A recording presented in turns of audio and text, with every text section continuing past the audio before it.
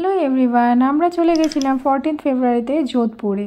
আর তারপরে ওখান থেকে গিয়েছিলাম সাধের জন্য শাখা বানাতে তানিষ্কের কালেকশান কিন্তু এখানে ভীষণ ভালো। আর এখানে আমরা অর্ডার করেছিলাম, যেহেতু যোধপুরে থাকি, এখানে শাখা পাওয়া যায় না, তাই অর্ডার করতে হয়েছিল।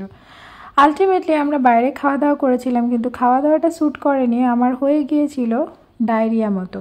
বাড়িতে এসে প্রচুর ভুগেছি, হসপিটালে ভর্তি ছিলাম, 4-5 ঘন্টার জন্য স্যালাইন নিতে হয়েছিল আমাকে। আর এটা হচ্ছে পরের দিন সকালবেলা পুরো লিকুইড ডায়েটে চলছিলাম। আর প্রথমে সকালে খাচ্ছিলাম পালাক স্যুপ, আর তারপর রাঙা আলু বয়েল করে দিয়েছিল মা, সেই রাঙা আলু বয়েল করে খাচ্ছিলাম।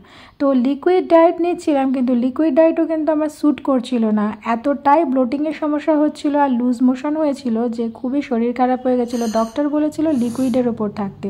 তো তোমরাও কি প্রেগনেন্সি পিরিয়ডে এরকম প্রবলেম ফেস করেছো কখনো? যাই হোক, চ্যানেলটাকে সাবস্ক্রাইব করো। টাটা।